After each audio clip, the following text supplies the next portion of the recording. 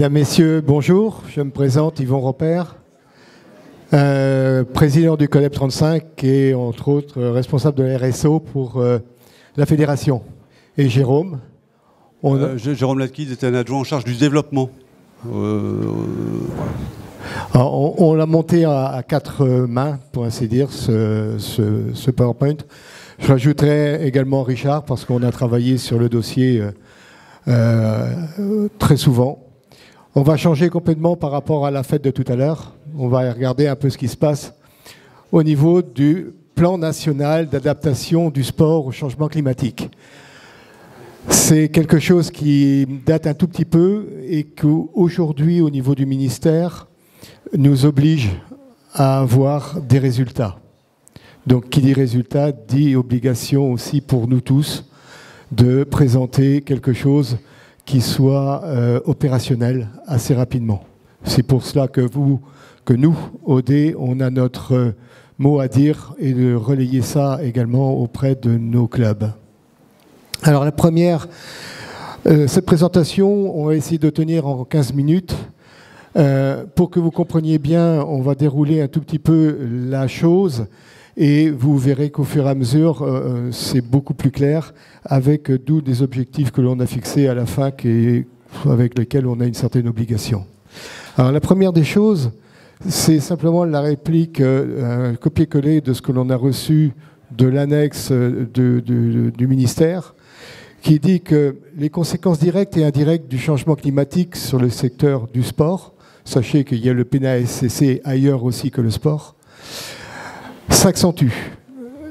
La multiplication des vagues de chaleur, la modification des débits et des cours d'eau, les incendies, les phénomènes climatiques extrêmes, les modifications et l'enneigement altèrent les performances sportives ainsi que les lieux de pratique. Ça, vous le vivez à peu près tous les jours, on l'a vu encore cette saison. La seconde, c'est le plan national d'adaptation de la pratique sportive au changement climatique, rassemble les principales mesures à mettre en place d'ici 2030. 2030, c'est dans 5 ans. Donc c'est extrêmement court. Au départ, on parlait de 2050. Aujourd'hui, c'est 2030. Les activités sportives sont également ici impactées. On va les voir tout à l'heure, les notions d'impact. Je te laisse le deuxième slide. Alors en fait, simplement pour resituer le contexte de ce plan, ce plan il est sorti fin 2024. C'est une émanation du ministère des Sports et du Bureau du Développement Durable. Donc en fait, c'est quelque chose qui est sous l'impulsion du ministère des Sports, avec un horizon 2030 et entre guillemets une obligation de résultat par rapport à ce qui apparaît comme étant je dirais, les conséquences du changement climatique attendu, avec les évolutions qui arrivent. Donc en fait, vous avez un petit peu là, le tableau des horreurs qui nous attendent par rapport à ce phénomène du changement climatique, à savoir 650 km de trait de côte en recul. Simplement, ça c'est déjà une indication qui est importante par rapport à nos activités, mais aussi des sécheresses, 2 fois plus de sécheresses, moins d'enneigement. Vous voyez qu'on a une donnée, parce que c'est une étude qui a été faite au niveau des clubs de voile. Vous avez 80 clubs de voile et 32 structures de golf qui sont menacées par la montée des eaux. Donc là, on a un impact attendu direct sur les activités sportives. Moins 60% de débit annuel des cours d'eau, moins d'épaisseur du manteau neigeux, des sécheresses, là, sécheresses par 2, par 4, jusqu'à moins 24 jours de pratique en moins en raison des températures. Ça, c'est d'ici à 2050. Alors, vous voyez que c'est une échelle de temps en fonction de ce qui est plus ou moins lointain. Alors, 2060, jusqu'à 100 jours de risque extrême d'incendie en plus, jusqu'à 2 mois de canicule aussi à l'horizon 2100, donc plus 3 degrés attendus. Donc, c'est tout à fait considérable. Et puis, bien évidemment, les glaciers dans les Alpes sont complètement concernés. Alors, il nous est proposé 6 principales mesures dans ce plan. La première, c'est mener une étude de vulnérabilité de notre sport face à ce changement climatique. C'est-à-dire de contrôler, de voir un peu quelles seront les incidences de demain dans nos clubs. Le deuxième, c'est concevoir et déployer pour les décideurs du sport, c'est-à-dire nous, un programme commun de sensibilisation et de formation aux enjeux. Donc, vous verrez tout à l'heure, en conclusion, ce que l'on va faire et ce que l'on va mettre en place. Alors, je saute celui-là, je vais revenir après. Pérenniser au sein de chaque fédération, donc toutes les fédérations sont concernées, des règles de pratique adaptées. Nos règles, ce ne seront pas forcément les mêmes que celles du tennis de table ou du foot. Donc il va falloir qu'on s'adapte à notre façon de faire. Pour assurer les pratiques en toute sécurité. C'est le terme en toute sécurité qui est important. Alors je reviens à celui du dessus, parce qu'en fait, il faut décrypter le code du ministère, éco-conditionner les aides. Ça veut dire quoi? Si vous ne faites pas ça, vous avez un gros risque, on parlait tout à l'heure de l'ANS, vous avez un gros risque qu'on vous enlève quelques montants. C'est ça que ça veut dire. Le deuxième, assurer ici le suivi et la mise en œuvre de nos résultats. Ça veut dire en termes clairs que nous, Richard, Jérôme, moi, Fred, nous avons une obligation en fin d'année de donner notre petit dossier en disant voilà ce qu'on en a fait. Tout ça pour là-haut. À toi. Alors oui, toujours dans le cadre de ces aléas climatiques qui sont attendus, eh bien on a des choses, vous pouvez découvrir ici, enfin qui parlent à tout le monde, parce qu'on a, je dirais, pas au quotidien, mais régulièrement des aléas climatiques qu'on voit avec des catastrophes qu'on voit partout. Donc on sait qu'on risque d'avoir jusqu'à plus de 24 jours à des températures au-delà de 32 degrés. On pourrait avoir jusqu'à 2 mois de canicule, c'est tout à fait considérable. Et puis jusqu'à 90 nuits tropicales par an, donc c'est important. Des phénomènes climatiques, là on parle de cyclones tropicaux, donc ça c'est particulier, mais bien évidemment on a une augmentation qui est attendue, qui est considérable. Et puis même chose, sécheresse, c'est un petit peu là ce qui peut menacer directement les activités sportives.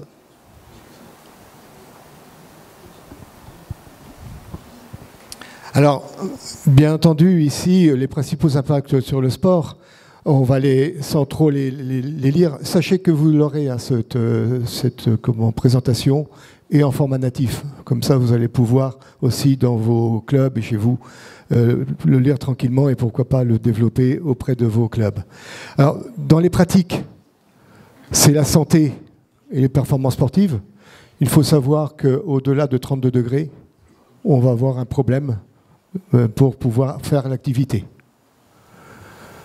On a généralement, au-delà de 32 degrés aussi, un taux d'hygrométrie extrêmement élevé, ce qui va nous bloquer. Les infrastructures.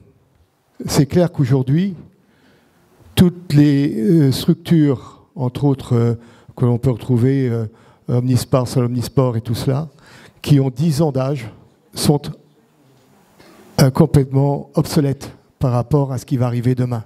Ça représente aux alentours des 80% des salles en France qui seront obsolètes. La sécurité des pratiquants. Tout à l'heure, on parlait en eau vive. Moins d'eau, des risques importants. Risque aussi d'avoir une concomitance entre des sportifs et puis des gens autres qui voudraient prendre de l'eau. Enfin, on peut trouver des tas de problèmes parce que l'eau va manquer demain. Les spectateurs qui viennent voir les sportifs. Le modèle économique, mise en l'eau des piscines, va être impacté. C'est clair qu'on va y travailler là-dessus. Toute la partie commerciale, fermeture administrative de certains points dans les Alpes ou ailleurs. Impossibilité d'assurer certains événements. C'est-à-dire que vous allez passer un temps fou à le créer, et le jour où vous deviez le faire, ça ne va pas pouvoir se faire parce que manque d'eau ou peut-être orage ou quoi que ce soit. Certains métiers risquent d'être modifiés. Des conditions de pratique, c'est ce que je disais tout à l'heure, entre la sécheresse, des phénomènes orageux et je sais trop quoi, on va se retrouver dans des moments un peu compliqués. Donc il va falloir que l'on réfléchisse à tout cela. Alors ce qu'on vient de voir là, c'est l'impact qui est attendu pour l'ensemble des disciplines sportives. Et ce PNSSC Sport, il s'attache après à définir ce qui est attendu milieu par milieu, cadre de pratique par cadre de pratique. Donc pour nous, on va en avoir 3. Et le premier, c'est l'impact du changement climatique qui va se faire sentir sur les pratiques en eau vive.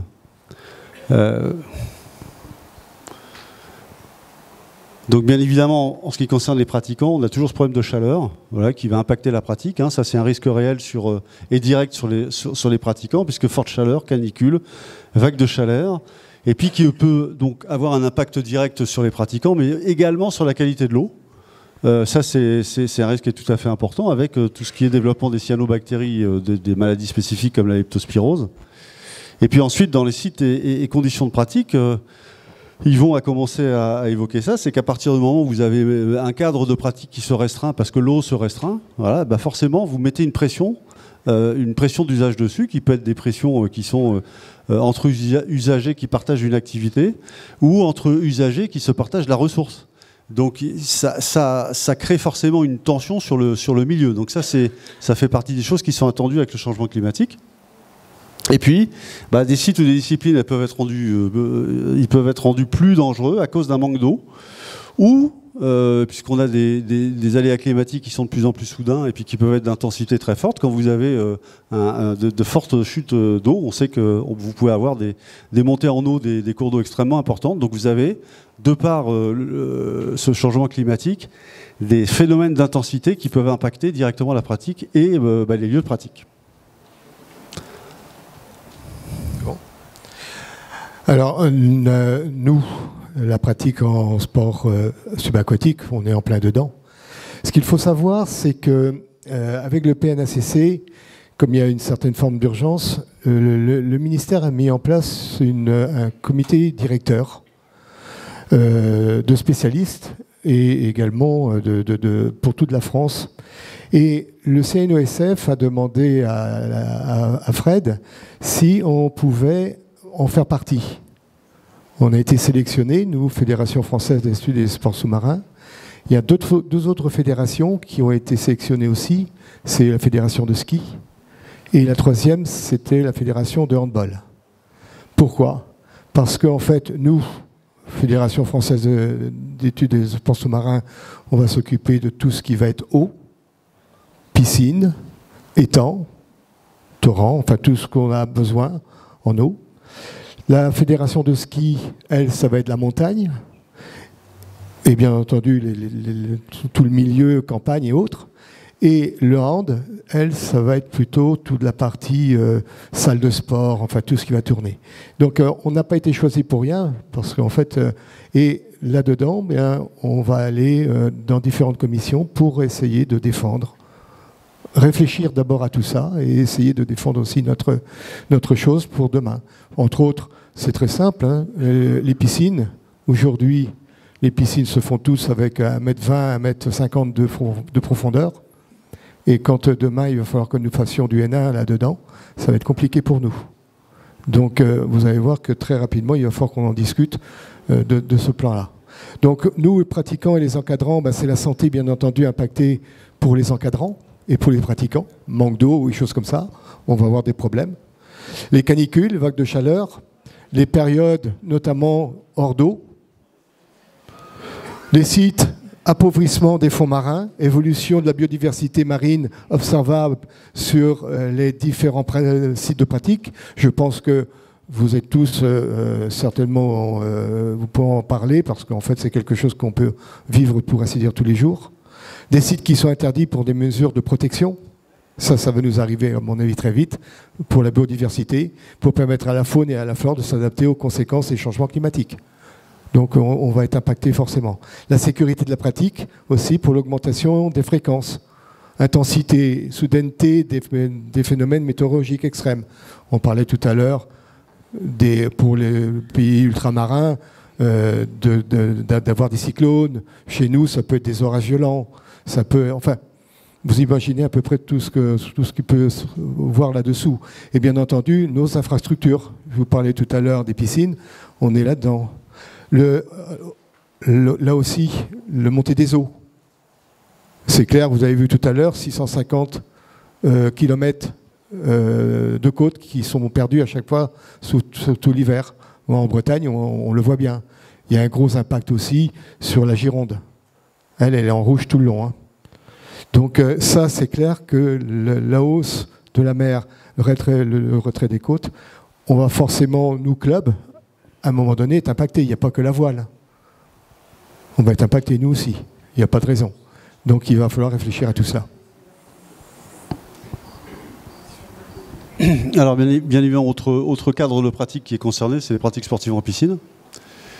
Alors c'est clairement le modèle économique qui est impacté par l'augmentation des coûts de fonctionnement. Alors on sait que c'est pas complètement lié au changement climatique, mais on sait qu'il y a eu des coûts d'énergie qui ont augmenté de façon extrêmement importante, et on assiste à des modifications des fonctionnements des piscines qui vont avoir un impact direct sur nos activités. Sur la ville de Cergy, par exemple, la ville de Cergy fait aux vacances de Noël et aux vacances d'hiver des fermetures de 1 mois, au lieu de 15 jours. Les vacances durent 15 jours, ils mettent une semaine avant, une semaine après, pour fermer les piscines en période hivernale. Et l'effet recherché, c'est de baisser les coûts liés à l'énergie. Hein. Donc on commence à avoir, avec le cumul, je dirais, des événements, et ben, les modèles économiques qui sont impactés. Et puis, ça joue directement sur notre fonctionnement à nous de club. Après, la santé des pratiquants, sur le côté pratiquant, la santé des pratiquants aussi est impactée, bien évidemment, en piscine, parce que forte chaleur, parce que canicule, vague de chaleur, et puis on a aussi des problèmes qui sont liés au taux d'humidité dans les piscines. Donc ça, ces augmentations de température, elles ont un impact dessus. Et puis bien évidemment, on est aussi un petit peu sur l'usage. À partir du moment où vous avez une forte pression qui est mise sur entre guillemets les équipements de bain, là où on peut se rafraîchir, forcément, vous savez que c'est plusieurs publics, c'est les associations, les scolaires, le grand public, et qu'à un moment donné, les gestionnaires, ils ont un choix à faire entre ces différents publics, et que ça peut impacter également l'activité des associations. Hein. Ça, c'est un fait réel. Et puis l'image du sport impactée par les préoccupations et crises environnementales, effectivement, à partir du moment où un lieu, entre guillemets, de pratique sportive devient un lieu où il est difficile de faire du sport, en termes d'image, sur la pratique, ça a forcément un impact. Il y a un autre point qu'il faut prendre en compte également à cause de l'eau, c'est qu'aujourd'hui, les collectivités vont avoir une obligation au moment de la construction de là où les piscines, de mettre un bassin à côté, annexe, qui fera bassin tampon pour récupérer l'eau qui vont changer de telle manière à ce que cette eau-là aille arroser ou reparte dans un autre cycle. Donc ça veut dire des coûts encore supplémentaires en termes Donc en fait, à chaque fois, on rajoute jusqu'au moment où effectivement, comme tu dis Jérôme, à un moment donné, les collectivités vont nous demander, mais il faut payer, parce qu'on n'a plus la rentabilité qu'il nous faut. Donc on passe par des sociétés privées, comme ça, on essaie de trouver, et qui va le payer, c'est nous associations, qu'il va falloir qu'on trouve des moyens pour pouvoir accéder, sans quoi ils peuvent très bien nous dire, non, c'est pas rentable. Donc c'est vraiment, voilà un autre point supplémentaire qu'il faut réfléchir. Ouais. Alors, voilà. Donc la question... Mais que doit-on faire? On y va. Alors, je vous ai dit tout à l'heure en préambule que nous avons une obligation de résultat. Donc il va falloir que nous travaillions. Donc une des propositions qui est en place, c'est que on estime qu'il va falloir que nous formions nos futurs plongeurs. Ça a été dit en préambule au départ, au niveau de la formation. On a fait la biologie. Ça, c'est acquis. Maintenant, il va falloir qu'on y mette, à un moment donné, c'est la partie environnement. Ça va être obligatoire. Ne serait-ce que pour montrer que nous œuvrons bien dans ce sens. Et nous avons pensé à mettre en place une formation e-learning, de telle manière à ce que ça ne vienne pas impacter les formations déjà en place, avec une validation sur des acquis en ligne. Comme ça permettra aussi de bien verrouiller, de bien voir que les gens ont bien compris ce que c'était. Intégrer une ligne sur le développement durable et le changement climatique de nos formations. Donc ce qui viendrait en plus élargir nos contenus de formation, entre autres. Je crois que ça c'est déjà fait puisque j'ai vu déjà sur mon département passer pour des guides de palanquée ce petit point-là. Donc ça veut dire que c'est vraiment déjà impacté dans nos esprits, donc il faut que nous y travaillons. Mais on y reviendra là-dessus certainement pour vous pousser quelque chose. La création d'un certificat de plongeur éco-responsable. C'est une idée, mais ça peut très bien se faire. Et puis peut-être aussi, on est 2500 clubs, plus les CA. Peut-être avoir une étude, une forme de plateforme sur laquelle on puisse communiquer, on puisse échanger. Je l'ai déjà fait il y a quelques 6-8 mois. J'ai eu 300 réponses pour, entre autres, c'était pour tout ce qui était fin de vie de nos produits comme en combinaison et autres. Et donc, beaucoup ont dit, c'est vachement intéressant, nous on veut aller encore un peu plus loin, mais il faudrait que vous nous aidiez. Je pense que peut-être faire une plateforme, ça pourrait être intéressant. Oui, c'est bon, j'ai terminé. Alors simplement, une petite affiche qui a été faite. Donc le PNACC, il est sorti en fin 2024. Donc tout de suite, la fédération a réagi avec, c'est de la com, mais il faut qu'on aille dessus. Et donc, vous voyez, une petite affiche que vous avez vue, parce qu'elle est sortie dans Subaqua. Et c'est ce genre de support qu'il faut commencer à mettre en avant, parce qu'il va un petit peu sur toutes les thématiques importantes, l'eau, le ramassage des déchets, etc.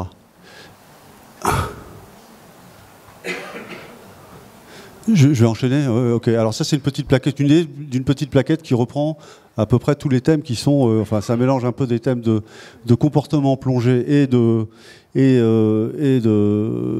d'adaptation au changement climatique. Vous avez le parcours du plongeur avec. Avant, je me renseigne sur ce qu'il faut faire, pas faire.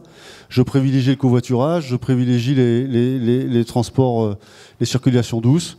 Bien évidemment, sur le bateau, je me protège. J'amène de l'eau.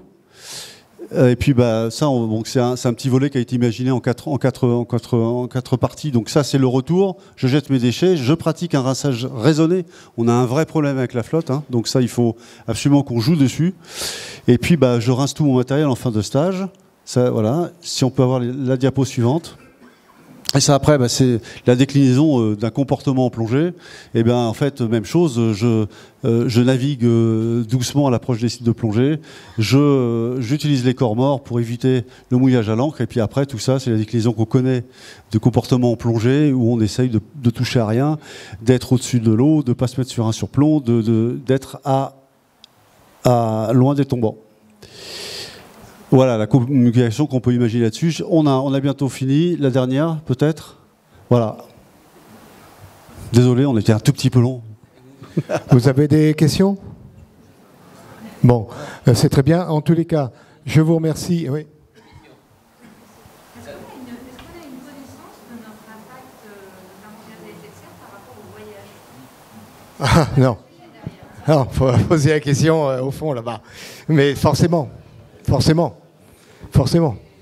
Mais moi, je ne peux pas répondre. Bien sûr.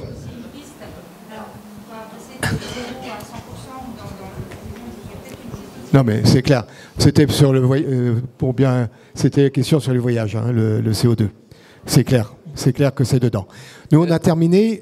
Je vais répondre, Isabelle. Il y a une étude qui a été faite pour la Méditerranée. 80% de l'impact CO2 est lié au transport. Et c'était l'équivalent de, je ne sais plus combien de voyages, mais on a demandé que ça soit réétudié. On ne connaît pas les sources de ces chiffres. Voilà. Donc, il faisait un comparatif avec le nombre de voyages en TGV entre Paris et Marseille, ce que ça coûtait. Et des gens qui descendraient 56 voyages. Voilà. Et tout ça, c'est 80% lié au transport, mais pas au transport du fait de descendre en train, du transport bateau. Donc l'activité bateau et le déplacement en bateau, c'est ce qui coûte le plus en bilan carbone au niveau de la plongée. C'est ce que j'ai découvert. Alors après, peut-être le taux est excessif, mais c'est de 80%, c'est ça. C'est ça. Bon, voilà, je terminerai la conclusion en vous disant, mesdames, messieurs nous avons besoin de vous. Donc n'hésitez pas, si vous voulez, on fera paraître des choses au niveau de Subaquois, n'hésitez pas à venir vers nous pour que l'on puisse ensemble travailler. Je vous remercie beaucoup.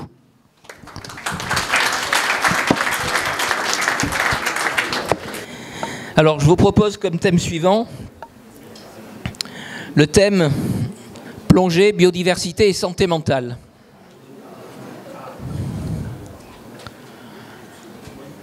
Alors, ceci est tiré d'une intervention que j'ai faite avec Vincent Marant au moment de l'UNOC, le Congrès mondial des Nations Unies, où effectivement il y a eu cette présentation. On va mettre la diapo suivante, hein. Je vais essayer de gagner du temps par rapport à... Alors, les bienfaits de la plongée sur la santé. Je vais vous décliner plusieurs effets. L'effet sport d'abord, l'effet nature, très important, l'effet immersion et hyperbarie. C'est les 4 effets qui font qu'on a vraiment des bienfaits liés à la plongée sur la santé mentale en particulier. L'effet sport, vous le connaissez, maintenant ça fait une dizaine d'années qu'on en parle. On en parle davantage depuis 5 ans. Le sport, c'est mieux qu'un médicament, c'est-à-dire ça a moins d'effets secondaires dans la mesure où c'est un sport, une activité physique adaptée. Il est certain que si vous plongez dans une eau à 13 degrés contre un courant, effectivement, c'est pas du bien-être sur le plan physique et mental. Mais dans de bonnes conditions, effectivement, le sport et nos activités subaquatiques, effectivement, c'est mieux qu'un médicament. En particulier sur le bien-être mental, et on va voir comment ça agit tout à l'heure. Le constat est fait dans les pays occidentaux que l'espérance de vie, c'est plus tellement en termes de mortalité, mais c'est l'espérance de vie en bonne santé. Schématiquement, on vit plus vieux, mais on vit en très mauvaise santé. C'est le constat. Donc le but, c'est de se rendre compte, et on se rend compte, que l'impact du sport améliore effectivement, je dirais, l'état de santé et qui permet de vivre plus vieux, mais en bonne santé, c'est-à-dire avec moins d'impotence fonctionnelle. C'est ça le principe de l'intérêt du sport. Deuxième effet, on va passer à la diapo suivante, l'effet nature. Très très important. L'effet nature, c'est comment, bon, on est un sport de nature, ça vous le savez tous, comment la biodiversité, le contact avec la biodiversité va avoir un effet. On fait un comparatif, par exemple, quelqu'un qui fait du jogging en milieu urbain et quelqu'un qui fait du jogging dans la forêt. On s'est rendu compte, avec des IRM fonctionnelles cérébrales, que les zones du cerveau qui étaient impactées n'étaient pas du tout les mêmes. C'est-à-dire que quand vous faites du jogging en milieu urbain, il y a des zones, je dirais, cérébrales qui sont impactées en raison du bruit, en raison du monde qui entoure la personne qui fait du jogging. C'est-à-dire il y a des agressions réelles qui font que la récupération n'est pas bonne. Quelqu'un qui a un contact avec la nature, effectivement, on se rend compte que tous les effets modérateurs qu'on peut avoir dans certaines parties du cerveau, comme le système limbique, on sera peut-être amené à en parler sur une autre intervention, effectivement, se mettent en marche. C'est des zones modératrices sur le plan mental et qui permettent de faire ce qu'on appelle de la résilience, de la récupération, de la cicatrisation en quelque sorte. Donc ça, c'est important. Autre exemple, on s'est rendu compte aussi, c'est que dans les hôpitaux, il y a eu toutes des constructions de faire des bâtiments. C'était il y a 30-40 ans, jusqu'à il y a 10-15 ans. Et maintenant, qu'est-ce qu'on fait? On détruit les bâtiments et on remet de la verdure dans les hôpitaux. Pour quelle raison? C'est quand je suis malade, si j'ouvre mes fenêtres et que je vois un arbre, j'ai une durée d'hospitalisation qui est plus courte que si j'ouvre la fenêtre sur un bâtiment en béton. Donc ça veut dire que le contact avec la biodiversité a son importance. Autre élément, c'est en termes de quantité de biodiversité. Plus vous êtes en contact avec un nombre important d'espèces végétales et animales différentes, plus cet impact est positif. Et qu'est-ce qu'on a dans notre milieu sous-marin? On a des contacts majeurs avec la biodiversité, mais très importants, et avec des espèces multiples et variées. C'est donc un avantage fondamental pour un effet de nature. On parle de plus en plus de la nature comme un remède, on parle même de dose de nature. C'est-à-dire qu'on considère qu'un minimum de 2 heures par semaine est le minimum souhaitable, je dirais, de contact avec la nature pour permettre effectivement de permettre à l'organisme de se reconstruire. Souvenez-vous d'un article que j'avais écrit sur la notion de vitamine bleue. C'était pour faire un comparatif avec ce qu'on appelle la vitamine green, la vitamine verte, hein, qui est cette notion de l'effet nature. Mais nous, on a l'effet de la vitamine bleue. Troisième effet, l'immersion et l'hyperbarie. L'effet de l'immersion, c'est d'être sous l'eau. C'est l'avantage qu'on a avec la natation. La natation, ils font que de la surface. Nous, on est sous l'eau. Et dès qu'on est sous l'eau, il y a un impact important, c'est qu'on est dans une situation fœtale, de réviviscence fœtale. Et c'est important parce que ça nous permet, c'est une notion indirecte dans notre inconscient qui a un effet bénéfique. Donc ça, c'est l'effet bénéfique de l'immersion. Et après, il y a l'impact de l'hyperbarie, c'est l'impact pression que l'on a quand on est sous l'eau. Et ça, c'est des choses importantes parce qu'on s'est rendu compte que l'hyperbarie, il y a un mot qui est fondamental à retenir, c'est la cohérence respiratoire. Alors, on va l'aborder d'abord en plongée bouteille, après on la plongera en plongée libre, en plongée apnée. En plongée bouteille, vous savez tous que quand vous respirez avec une bouteille, avec un détendeur, on a un volume on respire à l'inspiration un peu sur le volume inspiratoire de réserve. C'est-à-dire que sous l'eau, c'est spontanément, sans que je le veuille, c'est comme ça. Et je dois conscientiser mon expiration. Quand vous faites de la relaxation, qu'est-ce qu'on vous dit? Inspire profondément et pense quand tu souffles. C'est ce qu'on fait sous l'eau. Donc on fait ça sous l'eau sans qu'on le veuille. Enfin, en le voulant. Pas pour l'inspiration puisque c'est automatique, mais pour l'expiration, on le conscientise. Donc on fait sans le savoir, comme Jourdain faisait, hein, on fait sans le savoir de la relaxation. C'est ce qu'on appelle souvent la notion de méditation de pleine conscience que peut apporter la plongée dans de bonnes conditions. Donc ça, c'est important parce que c'est un effet direct de l'hyperbarie, c'est cette cohérence respiratoire. Puis il y a tout le reste qui sont la pesanteur, l'impact sensoriel. Tout ça, c'est des éléments qui sont fondamentaux et qu'on n'a que grâce à l'hyperbarie, qu'on ne retrouve pas dans d'autres activités sportives. Les bienfaits sociaux, on les connaît, hein, en particulier, je dirais quand on est avec des jeunes, moi je vois quand je faisais plonger des quartiers prioritaires de la ville, il n'y a pas de secret, la socialisation, elle existait. D'ailleurs sur le bateau, alors, en arrivant au club, c'était un peu les cadors, sur le bateau ils commençaient à faire attention, puis avant de se mettre à l'eau, ils écoutaient tout ce qu'on disait. Et sous l'eau, ils communiquaient comme on leur avait demandé de communiquer. Donc c'est un effet positif sur le plan social qu'apporte effectivement la plongée. Les bienfaits psychomentaux, je vais les détailler tout à l'heure. Effectivement, les mots à retenir, c'est la notion d'antistress. C'est une réalité. Hein, je dirais, vous l'avez tous vécu. Enfin, en tout cas, moi, quand il y a eu les conflits qu'il y a eu avec la fédération en 2021, j'ai essayé d'aller plonger chaque semaine pour oublier les conflits de la fédération. Et c'est ça qui m'a fait tenir et d'être aujourd'hui ici, par exemple. C'est important de le savoir et vous l'avez tous vécu, cette notion-là. C'est quelque chose qui nous permet de rebondir. Alors, la biodiversité, quelques images de biodiversité, c'est fondamental parce que ça permet, très riche en espèces, et du coup on a des interactions. Qui c'est qui va, quand il se promène en forêt, arrive à approcher de très près un mammifère? Quasiment impossible. Nous, sous l'eau, on approche soit certains mammifères, soit on approche des gros poissons de très près. Donc c'est des choses fondamentales, et ceci est valable aussi pour des petites espèces. Donc, que ce soit des grosses espèces ou des petites espèces, il y a une biodiversité qui est extrêmement variée, et ça, c'est une richesse de notre milieu. Alors, je voulais faire un focus sur le bien-être mental. Vous avez tous entendu parler de certaines études, comme DiveOps, DiveStress. DiveOps, c'est une étude de 2017 qui a été faite donc à l'UCPA, qui a été faite par le service Hyperbar de Marseille, et qui mettait en parallèle plusieurs activités de pleine nature. La plongée pendant une semaine, la randonnée pédestre et le canoë-kayak, activité de pleine nature. Au bout d'une semaine, tout le monde avait oublié son stress, tout le monde, il y avait un effet positif, je résume, hein, l'effet positif pour tout le monde. Au bout d'un mois, la seule cohorte qui avait une sorte de rémanence de ce bien-être, c'était la cohorte plongée. C'est ça qu'a mis en avant le dossier DiveOps.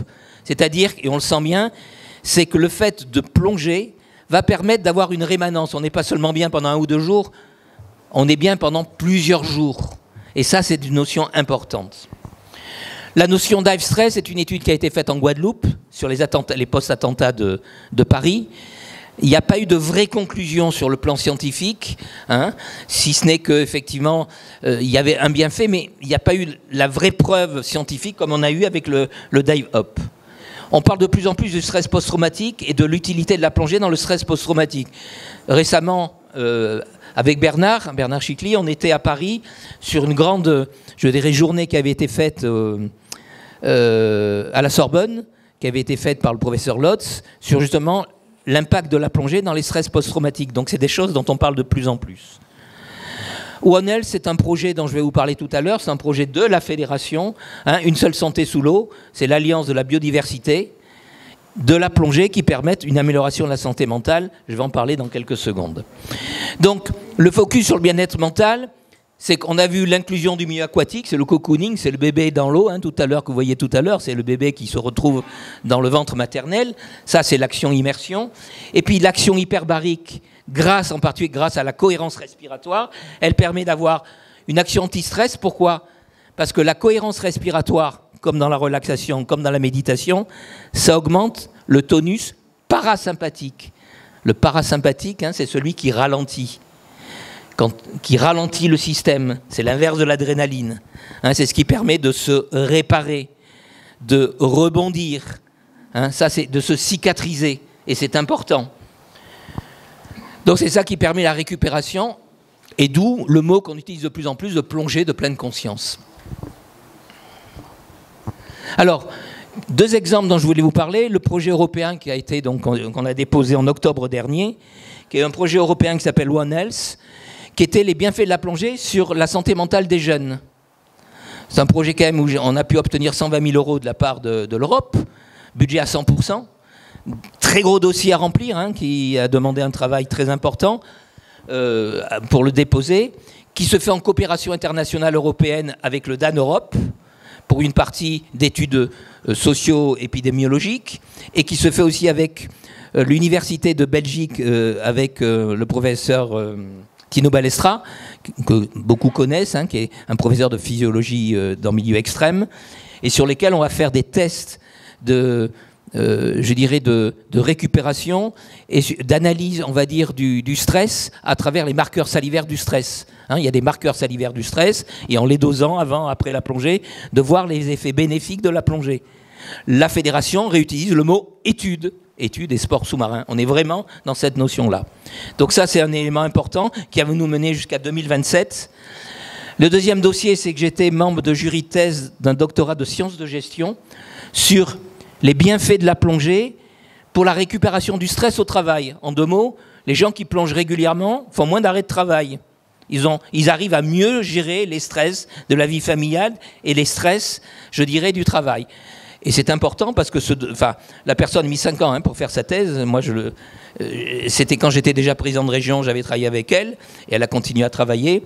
Et c'est important parce qu'il a permis de mettre en avant tous les avantages que permettait la plongée pour pouvoir s'adapter au stress, le détachement psychologique, la relaxation, la maîtrise hors du travail, les expériences de contrôle, c'est-à-dire tout ce qui permet d'apporter des éléments bénéfiques, je dirais, au sein d'une entreprise. Alors, dans la biodiversité, je crois que c'était important, on va davantage le détailler demain, c'est demain, de parler des sciences participatives. Notre biodiversité est importante, grâce effectivement à des sciences participatives comme Doris et Chromis, qu'on a mis en avant d'ailleurs dans le clip vidéo que vous avez vu en début d'après-midi. Je crois que c'était important. Pourquoi ? Parce que ces sciences participatives, c'est un des joyaux de notre fédération. Je dis bien un des joyaux de notre fédération. Vas-y. Donc ça, c'est les différents, on va dire, voilà, il y en a encore un qui va apparaître, et encore un, à mon avis. C'est les différentes, on va dire, relations qu'on a fait avec des organismes. Il faut savoir que grâce à nos sciences participatives, on est le 2e contributeur au niveau de l'inventaire national du patrimoine naturel. Le premier étant la Ligue des oiseaux, le second, c'est la fédération, à travers les analyses des espèces que l'on peut avoir. Quand même quelque chose. Et ça, c'est la plateforme Doris qui nous permet ça. Je dirais, on est la première fédération sportive qui a été partenaire engagé pour la nature auprès de l'OFB. Ça, c'était en 2021.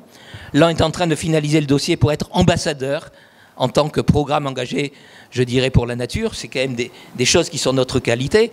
Je suis intervenu, moi, il y a quelques mois, sur un gros colloque qui avait lieu au CNOSF sur sport et biodiversité. On était la fédération exemplaire sur cette thématique-là. C'est des choses importantes. Là, je suis en train de préparer vos dossiers de part territoriale, vos dossiers au niveau de vos départements ou de vos régions, parce que c'est sur ça que vous pouvez rebondir. Hein, le Muséum d'histoire naturelle, on collabore avec lui depuis pas mal d'années.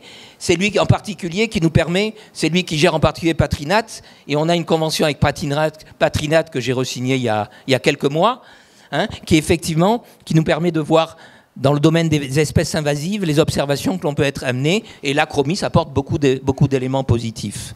L'Ifremer aussi, on a des conventions avec eux, et l'Ifrecor. Donc tout ça, c'était pour marquer qu'on a beaucoup de relations institutionnelles grâce à nos joyaux qui sont nos sciences participatives. Voilà, c'était pour terminer. Souvenez-vous de ce qu'on a vu en début d'après-midi, hein, la mer en commun, ce clip qui montre nos engagements dans le domaine, je dirais, des sciences participatives, dans le domaine de la biodiversité et dans le domaine de la qualité des bienfaits mentaux que peut apporter la plongée. 15 minutes, c'est ce qu'on m'avait dit.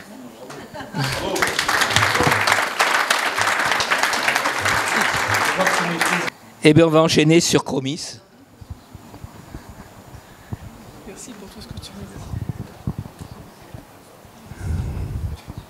Bonsoir. Alors on va reparler de sciences participatives puisque Chromis c'est l'exemple assez typique de ce qu'un projet de sciences citoyennes peut réaliser avec des équipes de scientifiques avec qui on collabore. S'il te plaît. Alors, quand on arrive en dernier ou presque en dernier de la journée, on risque de faire des redites. Alors, désolé pour ce qui a déjà été dit, mais qu'est-ce que Chromis? Bah oui, c'est une extension naturaliste du carnet de plongée standard. Donc on a ces deux fameuses couleurs, un coup bleu, un coup vert. Nous, on est vert. Et bah, c'est d'abord et avant tout un outil de science citoyenne, et c'est comme ça qu'il a été conçu. C'est-à-dire que ça soit des randonneurs subaquatiques ou des apnéistes, des plongeurs ou des randonneurs sur l'estran, vous voyez, il a son petit seau avec sa pelle, donc il est bien sur la plage. Ces gens-là peuvent observer pendant leurs activités des espèces naturelles, qu'elles soient végétales ou animales. Le fait de les rencontrer, rien que ça, et le fait de le signaler ensuite avec un outil approprié, c'est une information très intéressante pour un ensemble de scientifiques qui travaillent sur des projets variés, et je vais en citer, je vais revenir un peu à ce que Fred vient de dire. Et en fait, Chromis, il est là. Là, c'est vous voyez des espèces que nous, on transmet. D'accord ? Alors, c'est quoi les sciences citoyennes ? On a parlé beaucoup de sciences collaboratives parce que c'est le mot qu'on utilise la plupart du temps. Il se trouve que je ne vais certainement pas prendre le temps aujourd'hui de vous expliquer les subtilités qu'il peut y avoir entre les sciences contributives, collaboratives, participatives, communautaires, parce que globalement, tout le monde s'en fout. La seule chose qui compte, c'est le résultat en fait, que l'on arrive à produire pour les équipes scientifiques qui sont en face de nous. D'accord ? Il y a une étude que je vous encourage à lire si vous avez le temps, qui fait une centaine de pages, qui est une thèse d'État qui a été réalisée entre autres par Pierre Solo, qui est un membre de notre équipe en l'occurrence, et qui travaille qui est en Bretagne, qui est un plongeur licencié, et qui a pu définir toutes les différences et subtilités. Sachez que Chromis et Euderis sont des outils de science participative, c'est le mot qu'on va retenir, et nous, pour arriver à faire une espèce de lien communautaire, on a appelé notre communauté, enfin tous nos plongeurs, apnéistes, randonneurs de randosub ou sur l'estran, des observateurs, observatrices, d'accord ? On l'a joué un peu sur ce mot pour bien faire comprendre qu'on voulait donner à l'impression aux gens qui participaient à notre projet qu'ils agissaient pour quelque chose. D'accord ? On va revenir dessus en détail pour savoir en quoi ils sont agissants. Et retenez bien qu'en fait, en étant sur Chromis et en saisissant vos observations, vous n'êtes ni plus ni moins que les yeux des scientifiques. Je connais un scientifique qui travaille depuis 40 ans au muséum, qui est le grand spécialiste français et européen des crustacés. Il n'a jamais mis la tête sous l'eau. Jamais. Et il est hors de question qu'il le fasse. Donc, si on n'est pas là pour lui remonter de l'info, pour lui expliquer des scènes que l'on a pu voir, pour lui expliquer qu'on en a vu là, mais pas là-bas, eh ben, il ne peut rien faire. D'accord? Donc, on est à la base du travail de ces équipes. S'il te plaît. Alors, Doris Chromis, 2 mots. Donc, c'est ces 2 outils qui sont gérés par la CNEPS aujourd'hui. Doris, vous le connaissez par cœur, je ne vais pas y revenir. C'est à peu près 5500 fiches naturalistes que l'on partage avec le muséum, que l'on enrichit de façon croisée. C'est aussi des fiches habitat maintenant, que je vous encourage à aller y voir, parce que les habitats, c'est intéressant pour savoir ce qu'on peut trouver dedans. Donc c'est complètement lié aux espèces. C'est aussi un fameux forum, je ne sais pas si vous l'utilisez, ce qu'on appelle photo mystère. Vous prenez une photo, c'est intéressant ce que vous avez vu, mais vous ne savez juste pas ce que c'est. Malgré toutes vos recherches, vous n'arrivez pas à l'identifier. Bah, vous postez votre photo sur ce forum, il y a de bonnes chances qu'il y ait un spécialiste qui vous réponde. Il y a des milliers de gens connectés sur Doris et qui sont là pour aider. C'est participatif, éminemment participatif. D'accord ? Ça a été créé en 2006 et on fête l'année prochaine les 20 ans de Doris. Donc on va essayer de faire des choses bien. Chromis, c'est beaucoup plus jeune. L'idée a germé en 2018. Ça a vu le jour en 2020, en plein Covid, début juin. Et c'est vraiment un carnet de plongée. Mais c'est un carnet de plongée un peu spécial dans la mesure où on a considéré que l'aspect, le carnet est pour le plongeur qui le réalise, mineur par rapport à l'apport que ce plongeur amène à la communauté globale des scientifiques et des plongeurs. Ce sont 2 outils complètement communs qui sont avec les mêmes référentiels, donc ils discutent entre eux. Et Chromis est complètement inspiré de Doris pour la population des espèces.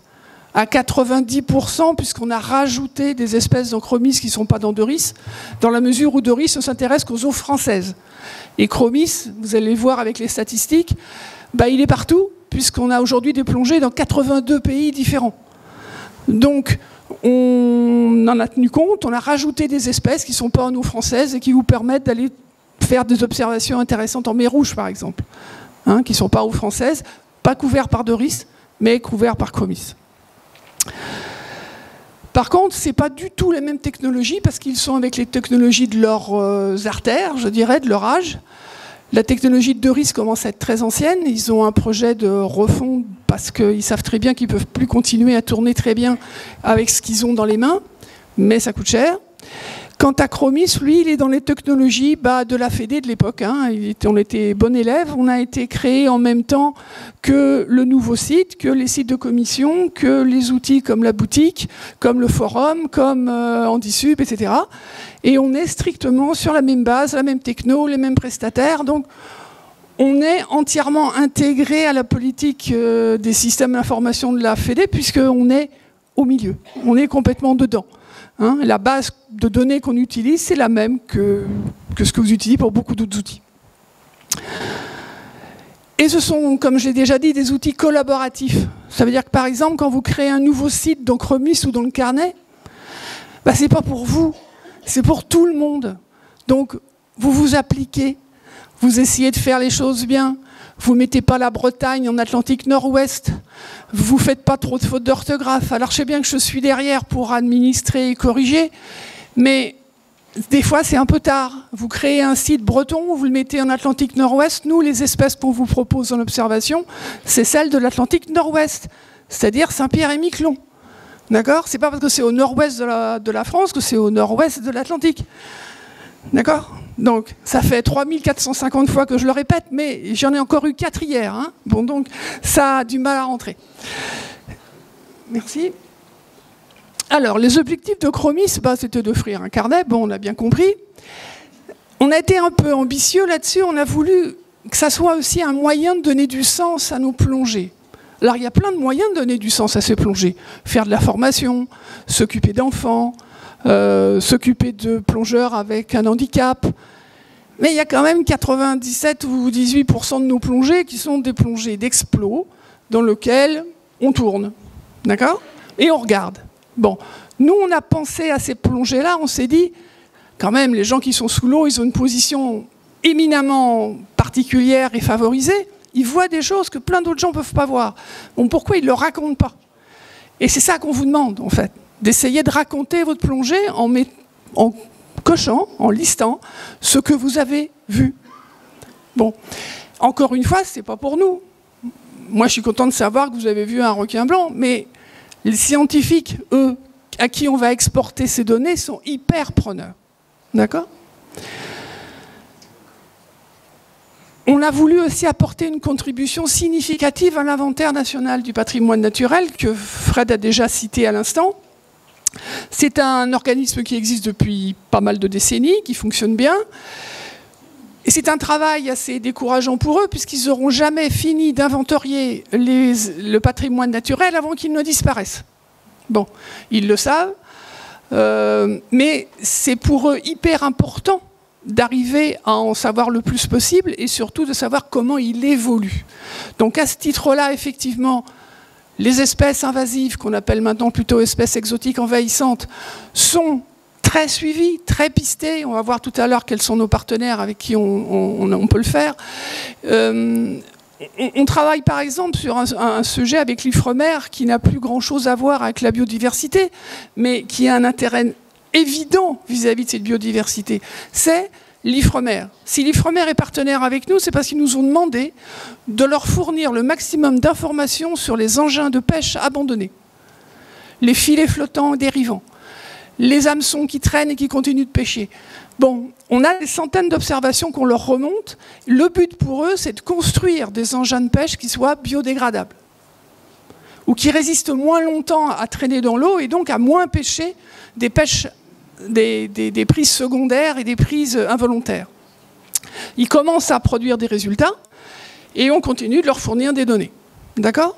Bon, on peut servir à plein de choses, pas uniquement donc à découvrir l'inventaire du patrimoine naturel, mais aussi à ce genre de projet. Et on en a d'autres en réserve. Pour ça, on a voulu que ça soit de qualité, donc la base de données, il faut la modérer. D'accord ? Il faut être certain de l'endroit où le site se trouve pour être sûr qu'on dise bien, c'est là qu'on l'a vu et pas à côté. D'accord ? Il faut que les observations elles soient validées, que les images soient validées et que les plongeurs soient formés. Et pour ça, on a une organisation, je vais vous montrer, qui essaye de le garantir. Qu'est-ce qu'on fait de plus que le carnet standard ? Il y a moins en moins de différences, en fait. Et c'est bien pour ça que la fusion dont a parlé Jean-Loup tout à l'heure, elle va devenir incontournable et nécessaire, parce que vous êtes les premiers à vous mélanger les pinceaux entre les écrans verts et les écrans bleus, parce que les différences, elles deviennent mineures. Il y en avait une forte au départ, parce que le CDN de l'époque avait voulu qu'elle soit forte. Et puis progressivement, elle a disparu. Et il finit par y en avoir tellement peu qu'il ne faut plus qu'il y ait deux produits. Donc il faut que ça merge. On en est les premiers demandeurs. D'accord ? Nous, par contre, ce qu'on aimerait bien, c'est pas perdre notre nom au passage, parce qu'on a beaucoup marketé ce nom et il est connu un peu de partout. On peut saisir des photos naturalistes haute définition sur chaque plongée. Quand vous êtes sur les écrans bleus, je veux dire, le carnet standard, vous pouvez saisir des photos. Ces photos, elles sont à vous. C'est les photos de la cousine Germaine, des palmes de la personne qui est devant vous dans la palanquée, ce que vous voulez, mais ça, on s'en fout, on ne les regarde pas, personne ne peut y accéder. Nous, par contre, on a des photos dites naturalistes, qui sont des photos d'espèces végétales ou animales. On va les valider, on les stocke et on les partage. Non seulement avec nos partenaires, mais aussi avec vous tous. Je vais vous en reparler un peu tout à l'heure.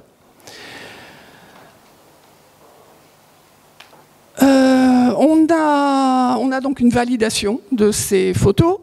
On a des filtres, on a un ensemble de choses. On a un carnet édité qui est un peu plus complet que le premier. On a fait un quiz. Je ne sais pas si vous l'utilisez, mais bon, on ne le trouve pas terrible, mais à l'époque, on l'avait développé avec tellement peu de moyens qu'il est ce qu'il est, mais il a le mérite d'exister. Et pourquoi ? Parce que je vais y revenir tout à l'heure. On nous avait demandé impérativement à l'époque de faire un produit qui ait de forts aspects pédagogiques. On voulait non seulement fournir de l'information à nos partenaires, mais fournir des éléments de formation pour nos collègues plongeurs.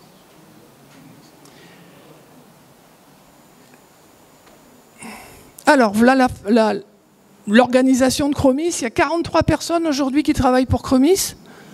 Il y a des correspondants régionaux qui sont en contact avec les clubs, qui forment, etc. On a les valideurs des images qui sont spécialisés par bassin.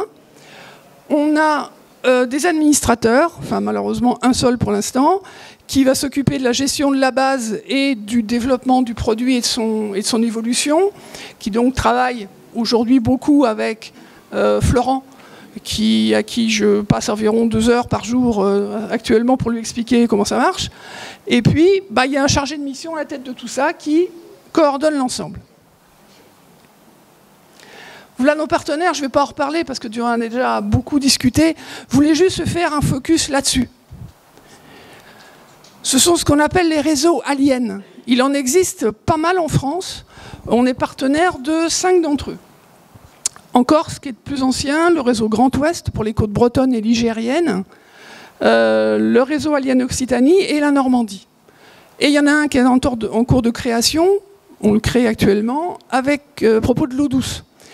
Leur but, c'est de suivre très spécifiquement quelques dizaines d'espèces qui sont réputées être des espèces exotiques envahissantes. Bon, donc on leur fait des rapports à peu près 3-4 fois par an, on leur fait des extractions, on leur envoie les photos, et eux, ça leur permet de suivre la progression, d'établir un certain nombre de plans d'action pour essayer de freiner ces progressions, puisque vous savez qu'aujourd'hui, les espèces invasives, c'est la première cause de perte de biodiversité sous-marine.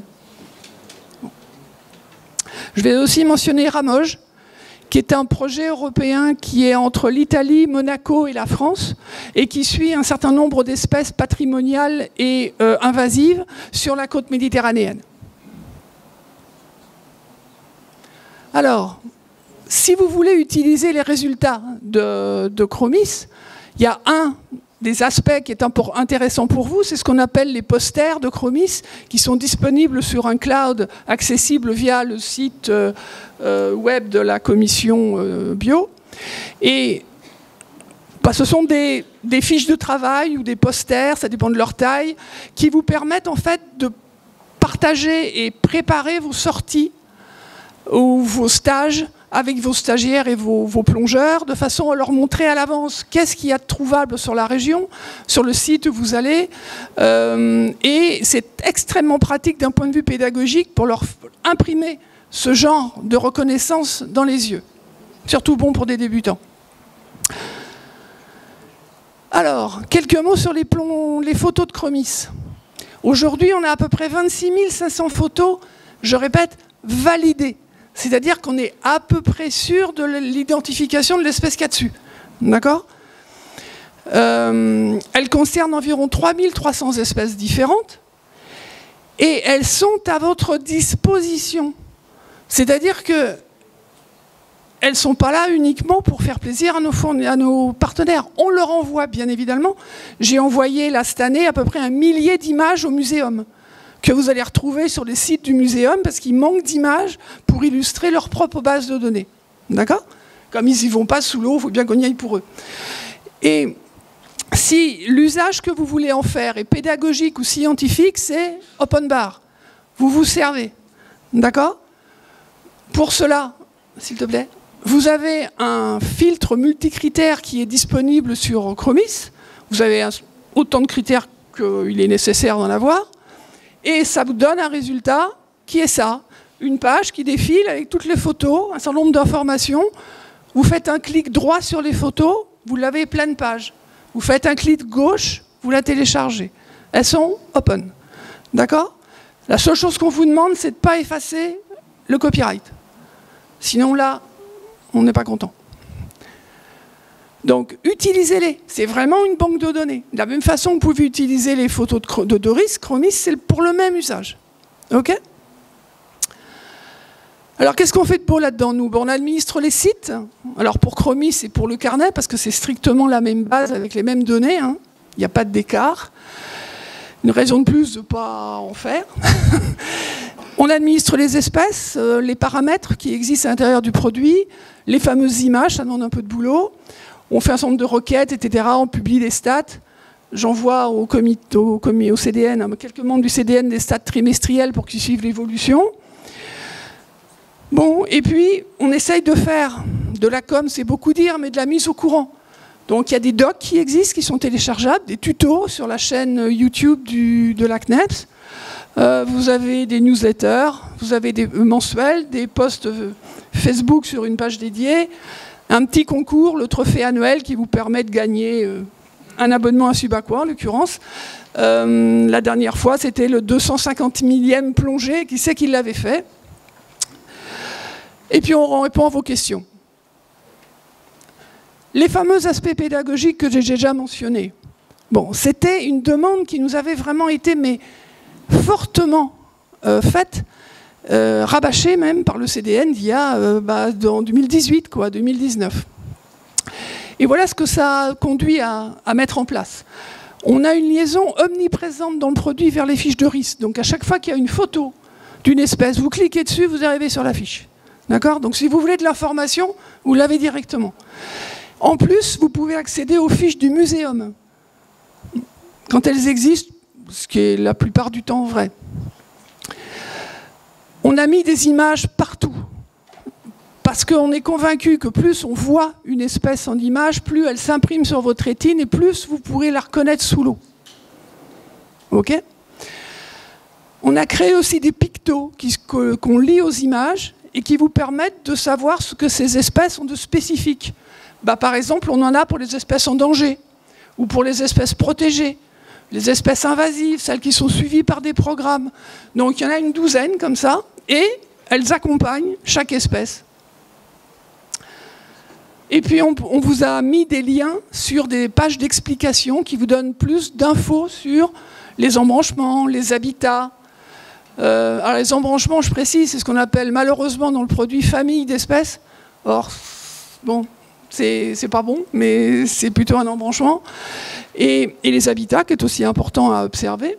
Et on vous donne, sous une forme très simple, quelques pages d'explication sur chacun d'entre eux.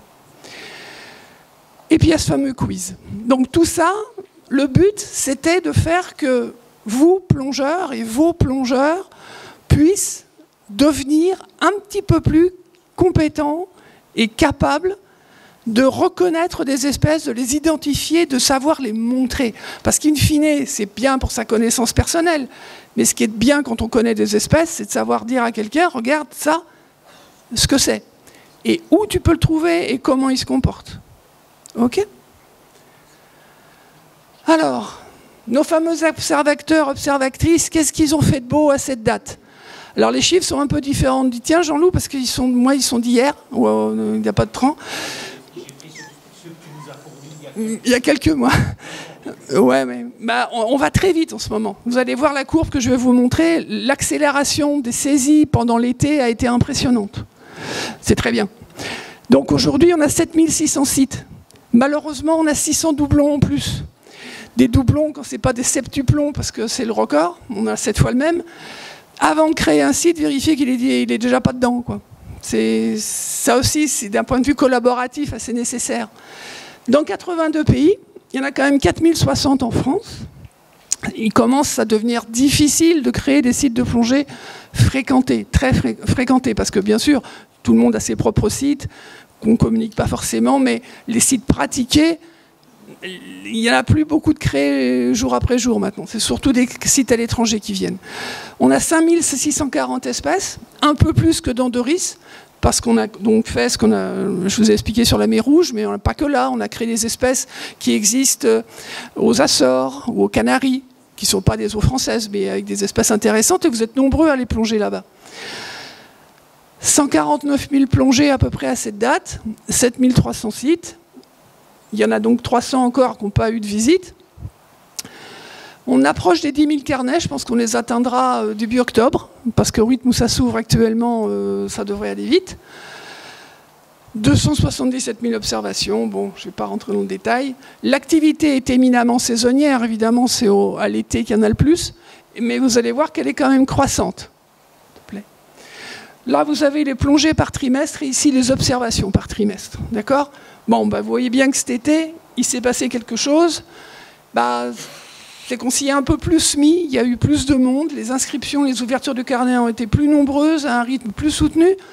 je ne pourrais dire qu'un mot, continuer. Je pense que le carnet mobile va beaucoup y aider, même s'il me fait des cadeaux empoisonnés, le carnet mobile, parce qu'il réautorise les plongées sans site. Pas un cadeau pour moi, parce que je ne peux rien en faire. Mais bon, peu importe, ça reste minoritaire. Vous voyez que l'activité, elle est effectivement bien saisonnière, mais il y a quand même quelque chose sur la pente moyenne qui se dessine. Alors, qu'est-ce qu'on attend? De fusionner, parce que ça devient complètement indispensable maintenant. C'est complètement stupide d'en avoir deux, puis ça coûte quand même fondamentalement plus cher de maintenir deux produits au lieu d'un. Ajouter des fonctions au carnet sur le mobile. Aujourd'hui, il n'y a pas moyen de saisir d'observation sur le mobile parce qu'on n'a pas encore les espèces et cette capacité de saisie. On pense, on espère en tout cas que c'est pour une V2. On souhaite véritablement une stabilité sur la vie de l'application et du produit de façon à avoir un enrichissement fonctionnel régulier, ce qu'il y a eu pendant un certain temps, ce qu'il y a moins eu à la fin quand le prestataire a commencé à se révéler incapable de le faire correctement. Mais c'est un point régulier. On sait très bien qu'une appli ou un produit qui ne vit pas, qui ne change pas, est un produit qui meurt très vite malheureusement. C'est bien pour ça que tu passes ton temps à travailler sur un carnet des charges. Quand je dis que tu passes ton temps, c'est... Je le sais. Oui, ça fait partie du jeu. Et moi, je ne refuserai jamais ça parce qu'il faut absolument qu'on ne perde pas de fonctionnalité au passage. On va essayer de simplifier parce que c'est vrai que l'évolution par tranche, comme elle a eu lieu, a un inconvénient, c'est que on n'a jamais prévu à l'origine ce qu'on allait faire 4 ans après. Et, ça s'est un peu parfois collé comme une rustine, mais il y avait une certaine cohérence. Et puis bon, ensuite, peut-être qu'un jour, Marseille aura les ressources pour gérer cette base. En tous les cas, pour l'instant, on assume, il n'y a pas de souci avec ça. Mais c'est vrai que si demain matin, je passe sous un tramway, ça va se voir. Il faut demander au tramway. Conclusion, utilisez Chromis, je peux que vous y encourager. Faites utiliser Chromis. Vous voyez que ce n'est pas juste pour faire un carnet, c'est pour plein d'actions par derrière. Je pense que vous avez compris quel sens on essayait de donner à cette application. On est convaincu que ça peut vous aider à enrichir les connaissances de vos plongeurs et de vous-même, même avec beaucoup d'expérience. Moi, parfois, sur les bateaux de plongée, j'ai tendance à me boucher les oreilles parce que j'entends des horreurs au niveau bio, mais ce n'est pas un problème. Simplement, il y a des outils pour améliorer ça et il faut les utiliser. Merci. Vous avez des questions ?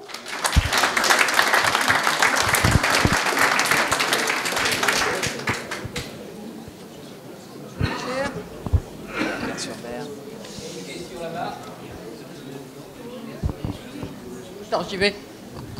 Tu vas ?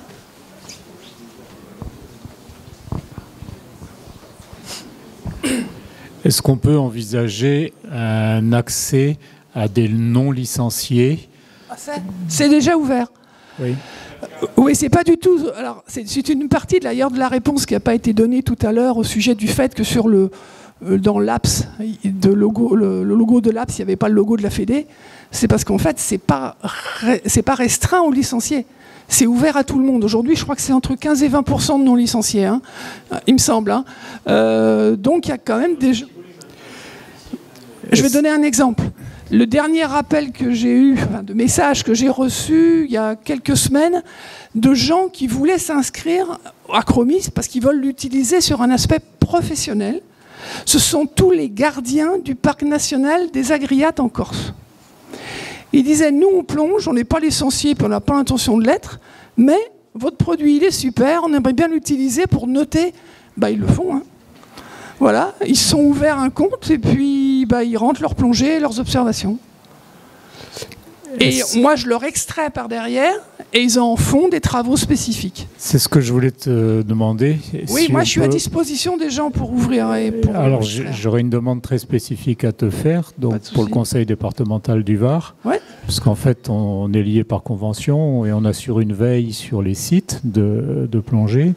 Et ma question était de savoir si on pouvait extraire donc des fiches de chromis de sites pour en faire bénéficier et avoir un lien, par exemple, avec le descriptif des sites qui sont publiés sur le site du comité départemental. Bien évidemment. Ah oui, alors ça, on va voir ça très précisément, parce que là, c'est un énorme truc que tu m'apportes. Là. Bon, je réponds très souvent à des questions ponctuelles comme ça.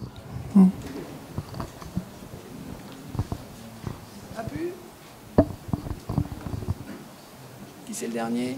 Pas de questions. Merci Patrick, on peut se rappeler.